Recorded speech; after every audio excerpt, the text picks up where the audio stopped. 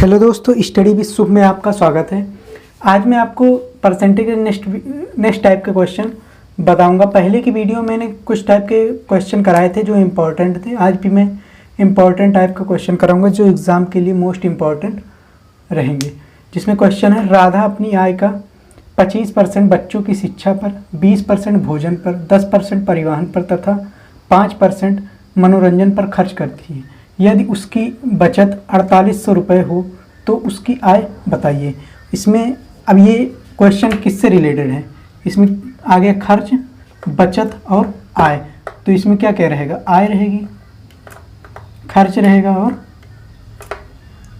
बचत रहेगा। इस क्वेश्चन में आय रहेगी, खर्च रहेगा और बचत रहेगा। अगर इससे रिलेटेड क्वेश्चन आ रहा है कि खर्च कर रहा है, बचत कर रहा है, तो आय से भी रिलेटेड रहेगा।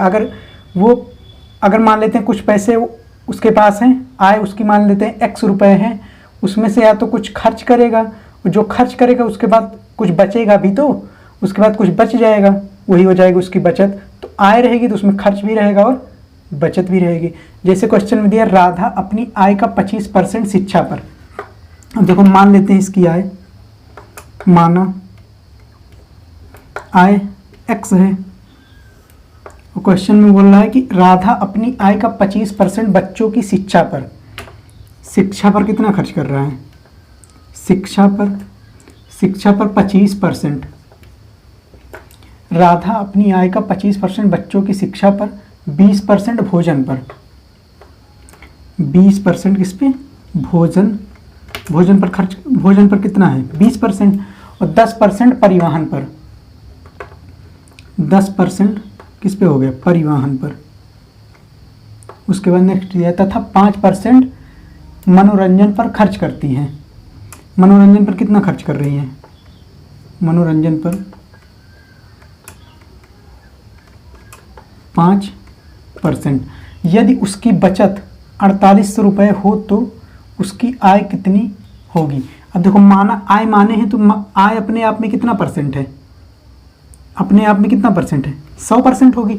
आय हम कुछ भी मान सकते हैं, 100 भी मान सकते हैं, x भी मान सकते हैं, y z कुछ भी मान सकते हैं। तो माना आय कितना है? x है, तो x अपने आप में कितना परसेंट है? 100%। और इसी 100% में से वो 25% शिक्षा पर खर्च कर रही है, 20% भोजन पर, परिवहन पर 10% और मनोरंजन पर 5% खर्च कर रही है। वो कह रहा है उसकी बचत रुपए में कितनी दी? 4800 रुपये। अब बचाएगा कितना? बचत, इसमें बचत कितनी हो जाएगी? अगर आय में से हम पूरे खर्च को घटा देंगे तो वही उसकी क्या हो जाएगी? बचत हो जाएगी। तो बचत बराबर क्या हो जाएगा? बचत बराबर आय माइनस खर्च। ये तो होगा। बचत बराबर क्या हो जाएगा? आय माइनस खर्च। आय कितना है टोटल? 100%। आय कितना है? 100%। और खर्च कितना है? खर्च कितना है? 25 प्लस 20 प्लस 10 प्लस 5।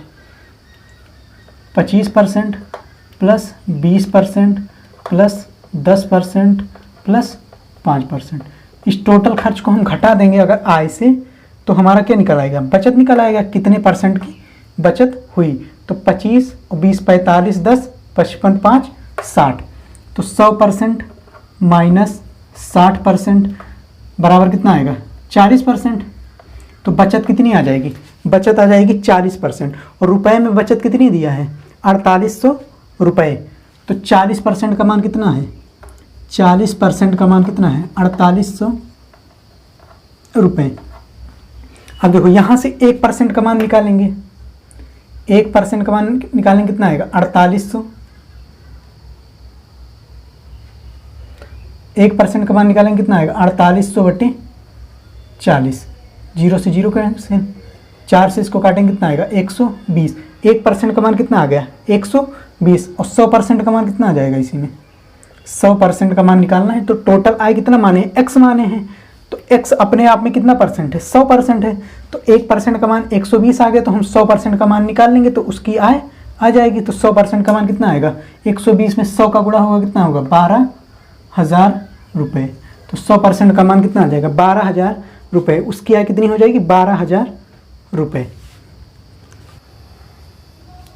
अब इसी क्वेश्चन को हम डायरेक्ट कैसे लगा सकते हैं कि क्वेश्चन देखेंगे, आराम से क्वेश्चन को सॉल्व कर लेंगे। जैसे राधा अपनी आय का 25% बच्चों की शिक्षा पर, 20% भोजन पर, 10% परिवहन पर तथा 5% मनोरंजन पर खर्च करती है। खर्च कितना हो गया? 25, इसको जोड़ लेंगे खर्च, टोटल खर्च कितना आ गया इसका, खर्च जोड़ लेंगे कितना आएगा? 25% प्लस 20% प्लस 10% प्लस 5%, तो टोटल खर्च कितना हो जाएगा? इसको जोड़ लेंगे, 25 और 20 45, 10 55 5 60, टोटल खर्च कितना आएगा? 60%। और बचत कितनी हो जाएगी? आय माइनस खर्च, बचत हो जाएगी। तो आय कितना है? आय टोटल कितना होता है अपने आप में? अगर हम आय x मान लेंगे तो x अपने आप में कितना परसेंट होता है? 100%। तो आय कितनी हो जाएगी? 100% माइनस 60% बराबर कितना हो जाएगा? 40%। तो बचत कितनी आ गई? 40%। और रुपए में बचत कितनी दी है? 4800 रुपये। तो 40% का मान कितना दिया है? 40% का मान दिया है 4800। 1% का यहाँ मान निकाल लेंगे, कितना आएगा? 4800 बटे 40, इससे काट देंगे, 4 से इसको काटेंगे, कितना हो जाएगा? 120। 1% का मान कितना आ गया? 120। और 100% का मान निकालेंगे तो 100 से गुणा हो जाएगा, कितना आ जाएगा? 12,000 रुपये।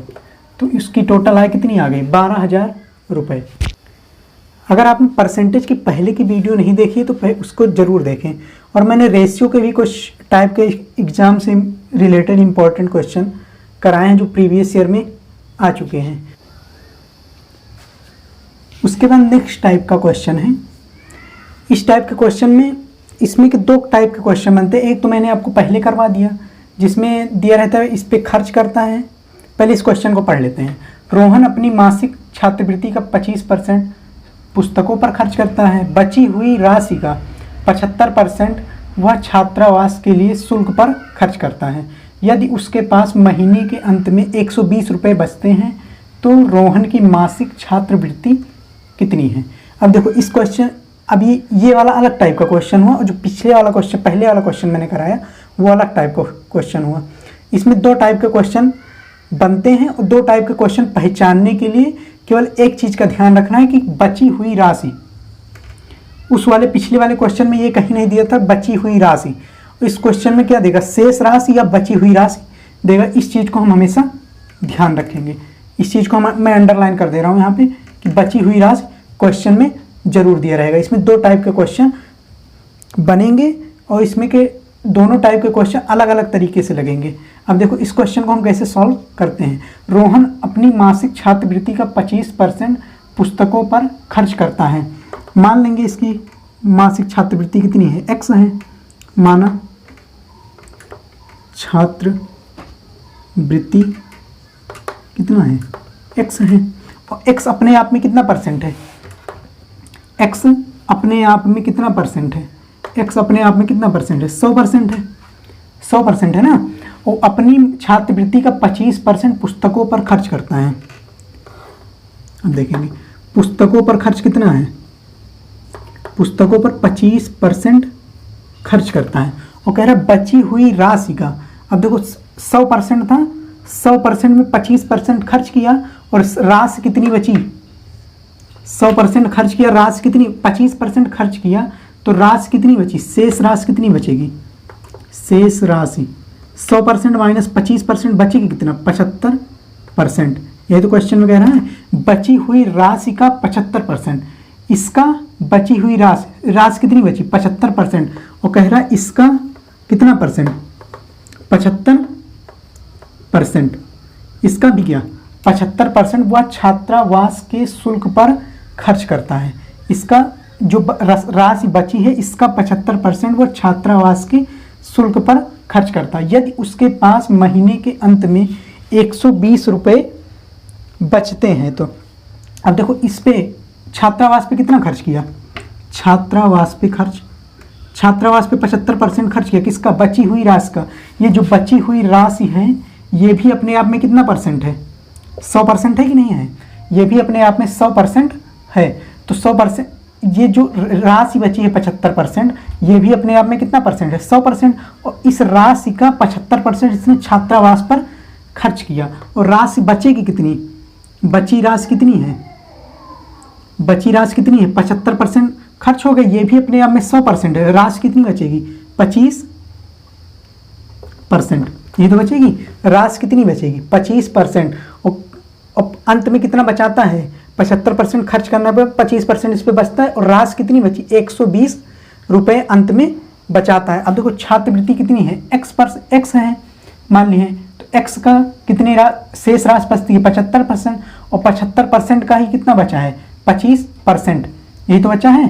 तो इसका 25% बराबर कितना दिया है, 120 रुपये। अब देखो क्वेश्चन यहाँ से, एक्स का कितने परसेंट बची राशि, 75%, और 75% का बची राशि कितनी है, 25%, और 25% इसका बराबर कितना है, 120 रुपये, इतना ये बचा रहा है। अब इसको सॉल्व कर लेंगे तो x का मान आ जाएगा, तो उसकी छात्रवृत्ति हमें पता चल जाएगी। तो x गुणे 75/100 गुणे 25/100 बराबर 120। 25 से इसको काट देंगे, कितनी बार जाएगा, 4 बार। 25 से भी कट जाएगा, 25 × 75, 25 चौके 100। 3 से इसको काट देंगे, कितनी बार जाएगा, 40 बार जाएगा। 4 का 4 में गुणा होगा 16 हो जाएगा, 16 चौके 64। x बराबर कितना आएगा, 40 × 16, ये तो होगा, 16 चौके 64 हो जाएगा। तो x का मान कितना आ जाएगा, 640। तो उसकी मासिक छात्रवृत्ति कितनी आ जाएगी, 640 रुपये। उसके बाद मैं क्वेश्चन को आपको फिर से समझा देता हूँ, एक बार में आपको नहीं समझ में आया हो तो। रोहन अपनी मासिक आय का 25% पुस्तक पर खर्च कर रहा है। हम मासिक आय कितना मान ली, x रुपये है। x अपने आप में कितना परसेंट है, 100% है। 25% पुस्तक पर खर्च करता है। उसके बाद क्वेश्चन हो बची हुई राशि का, राशि कितनी बचेगी, 75%। 75% बची हुई राशि का 75% वह छात्रावास पर, ये जो राशि बची है इसका 75% किस पे खर्च कर रहा है, छात्रावास के शुल्क पर खर्च कर रहा है। यदि उसके पास, और इसके बाद 75% खर्च करने के बाद बचेगा कितना, 25% बचेगा, 25% ही तो बचेगा। यदि उसके पास महीने के अंत में 120 रुपये बचते हैं, तो x का 75% का 25%, ये भी बची राशि है, और इसका कितना बच रहा है, 25% बच रहा है, और बराबर किसके है, 120 रुपये का। इसको सॉल्व कर लेंगे तो कितना आ जाएगा, 640। तो रोहन की मासिक छात्रवृत्ति कितनी आ गई, 640 रुपये। उसके बाद इसी में का नेक्स्ट क्वेश्चन है, एक व्यक्ति अपनी मासिक आय का 25% बच्चों की शिक्षा पर खर्च करता है तथा शेष का 20% अन्य घरेलू मदों में खर्च करता है। यदि अब भी उसके पास 18,000 रुपये शेष बचे हों तो उस व्यक्ति की आय कितनी होगी। अब देखो क्वेश्चन वही है, अब यहाँ पे क्या आ गया, शेष। इस चीज़ को हम अंडरलाइन कर लेंगे, शेष को। माने क्वेश्चन को वैसे सॉल्व करेंगे, माना आय क्या है, x है। माना आय क्या है, x रुपये है। x का कितना, आय का 25% बच्चों की शिक्षा पर कितना खर्च कर रहा है, शिक्षा पर 25% खर्च कर रहा है, तथा शेष 25% खर्च किया और शेष कितना बचा, शेष राशि कितनी बची, 75%, यही तो हुआ। शेष का 20% अन्य घरेलू मदों पे खर्च कर रहा है। शेष का कितना, 20% अन्य घरेलू मदों पर खर्च कर रहा है।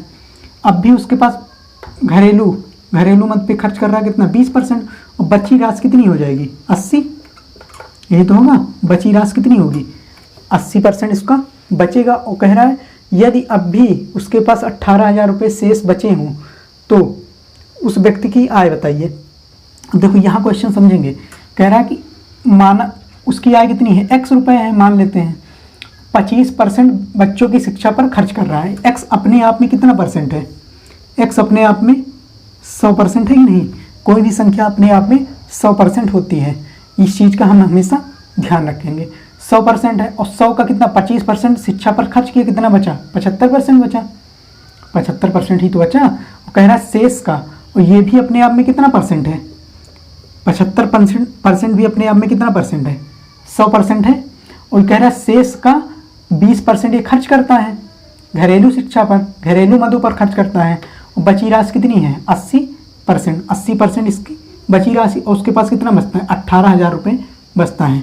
तो हो जाएगा x का कितना शेष राशि कितनी बची थी 75% बची थी, उसके बाद कितनी बची 80% और रुपए में कितना बचा 18,000 रुपये बचा। उसकी मासिक आय हमें निकालनी, x का मान यहाँ पे हमें निकालना, इसको सॉल्व कर लेंगे, x का मान हमारा आ जाएगा। तो x इंटू 75/100 गुणे 80/100 बराबर 18,000 रुपये। 20 से काट देंगे, 20 चौक 80, 20 पंचे 100, 5 से इसको काट देंगे कितनी बार जाएगा 15 बार जाएगा, 5 से इसको काट देंगे 20 बार जाएगा, 5 3 15, 3 से ये कट जाएगा ना 6 बार जाएगा, 3 6 18, 6,000 आएगा। उसके बाद 4 यहाँ बचा, 4 ये कट जाएगा 20 ना, 4 से इसको काट देंगे कितनी बार जाएगा 5 बार। तो x/5 बराबर कितना आएगा 600, 600 ही तो आएगा। अब इसका इसमें गुणा हो जाएगा, x बराबर कितना आएगा 6 पंचे 30, 3,000 रुपये। नहीं यहाँ पे काटेंगे कितना आएगा 6, 3 से काटेंगे यहाँ 6,000 आएगा, यहाँ 6,000 आएगा ना, यहाँ 6,000 बचेगा तो 6 पंचे कितना आएगा 30,000 आएगा। तो उसकी मासिक आय कितनी हो जाएगी 30,000 रुपये। अब इस क्वेश्चन को हम डायरेक्ट भी कर सकते हैं, अगर क्वेश्चन आपको एक बार समझ में आ गया तो हम डायरेक्ट भी क्वेश्चन को सॉल्व कर सकते हैं। एक जैसे दिया है क्वेश्चन में, एक व्यक्ति अपनी मासिक आय का 25% बच्चों की शिक्षा पर खर्च करता है तथा शेष का, अगर आपको क्वेश्चन नहीं समझ में आ रहा है तो आप बेसिक से ही लगाइए, डायरेक्ट न लगाइए, जैसे मैं बता रहा हूँ अभी उसको ना लगाइए, पहले आप बेसिक से लगाइए। अगर आपको बेसिक बार समझ में आ जाएगा तो आप डायरेक्ट भी लगा सकते हैं। एक व्यक्ति अपनी मासिक आय का 25% बच्चों की शिक्षा पर खर्च करता है तथा शेष का तो 25% शिक्षा पर खर्च करता है, शेष कितना बचा 75% बचा, यही तो 75% ही बचा। शेष का 20% घरेलू मदों पर खर्च करता है, यदि उसके पास 18,000, 20% घरेलू मद पर खर्च किया कितना बचा 80% बचा। और इसका टोटल का मान कितना दिया है, इसको हम अगर x मान लेंगे, x का कितना 75% बचा था पहले, उसके बाद 20% खर्च करने के बाद कितना बचा 80% बचा, और पूरे का मान कितना है 18,000 रुपये के बराबर है। अगर आपको क्वेश्चन एक बार समझ में आ गया हो तो ये चीज़ें ना बनानी पड़ेंगी। उसके बाद इसी में का नेक्स्ट क्वेश्चन है, एक व्यक्ति अपनी मासिक आय का 40% खाद्य सामग्री पर खर्च करता है, शेष का, अब शेष को हम अंडरलाइन कर रहे हैं, शेष का 70% अन्य घरेलू मदों में खर्च करता है। यदि अब भी उसके पास 9,000 रुपये शेष बचे हों तो उस व्यक्ति की मासिक आय कितनी है। अब इस क्वेश्चन में भी वही स्टेप चलेगा, या तो आप उसको वैसे डायरेक्ट मान के लगा सकते हैं, वैसे भी लगा सकते हैं जैसे मैंने आपको समझाया है। अब मान लेंगे इसमें माना आय कितनी है x है, और x का 40% खाद्य सामग्री पर खर्च कर रहा है, और शेष का 40% खर्च कर रहा है, कितना बचेगा शेष कितना बचेगा 60% बचेगा। शेष का 70% घरेलू मदों में खर्च करता है। यदि अब भी उसके पास 9,000 शेष बचते हैं, 70% खर्च करने के बाद बचेगा कितना 30% बचेगा, तो 30% बचेगा, उसका मान टोटल का मान कितना है 9,000 रुपये। ये क्वेश्चन हमने डायरेक्ट कर लिया।